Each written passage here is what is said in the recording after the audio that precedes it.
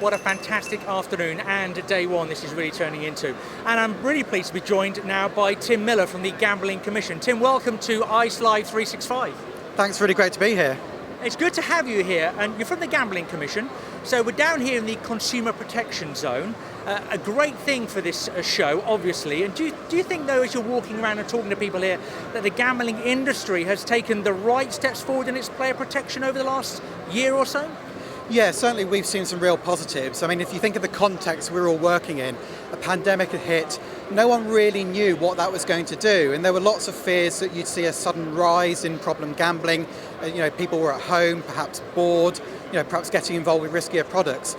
And actually, we haven't seen that. We've been working really closely with the industry to make sure they understand the sort of things they need to do. And actually, all of the research we do shows that over the pandemic period, problem gambling hasn't risen. In fact, it's probably started to go down. So clearly, something is going right there. And what's particularly impressed you then that the operators have done to make sure that wasn't the issue that everyone thought it might be?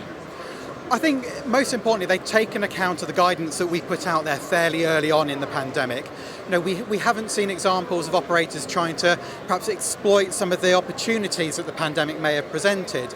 And we are seeing operators taking kind of more time now to try and understand how the pandemic was affecting changes in consumer behaviour and reacting to that. And I think that's a really positive sign.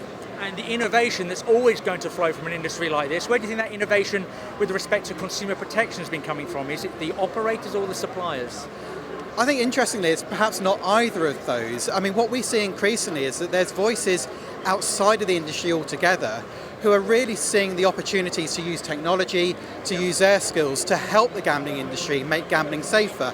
So, one example I'll give is the financial services industry, who now have been rolling out gambling blocks so that their customers can actually block gambling if they're finding it problematic. And I think the fact that those sorts of sectors are willing to work with the gambling industry is a really positive change. So looking at any action that needs to be taken, is there anything that strikes you as urgent action needed with the industry? Or how much further could and should the industry go in enhancing the safeguards that are in place as we speak now?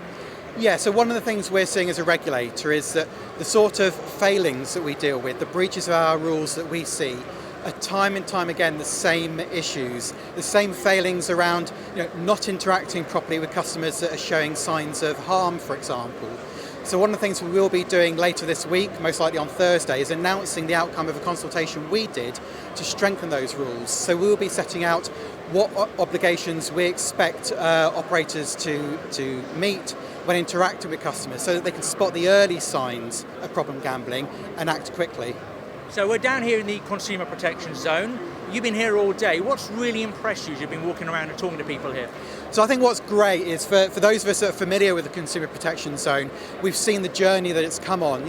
5 years or so ago, there was a conversation between us and Clarion about creating this space. And year on year, we've seen it grow, we've seen it get into a more prominent location. And this year, it just feels so different. It's a really open space. There are people all around us having conversations about protecting consumers. And I think huge credit needs to go to Clarion for giving up this space, particularly to Eva at Clarion, who's really been the driving force behind this. And, hopefully she'll appreciate the shout out for that. Everyone likes a name check. Yeah. Now, obviously, you've been to other ICE events here at Excel. What has struck you at this year's event has been a bit of a standout difference? I think there's a different kind of tone to it. It feels more relaxed in a way, much more kind of open. It's certainly a bit quieter than previous years, but I think what that means is people are engaging in more conversations. You can spend a bit more time looking at different things, talking to people. And I think given the kind of couple of years we've all had where frankly it's been hard to leave the house, having the opportunity to actually speak to real people in the flesh, to not have to speak to your own family anymore has been fantastic. Well, hopefully your wife isn't watching, but Tim, thank you very much for your time. Pleasure, thanks a lot.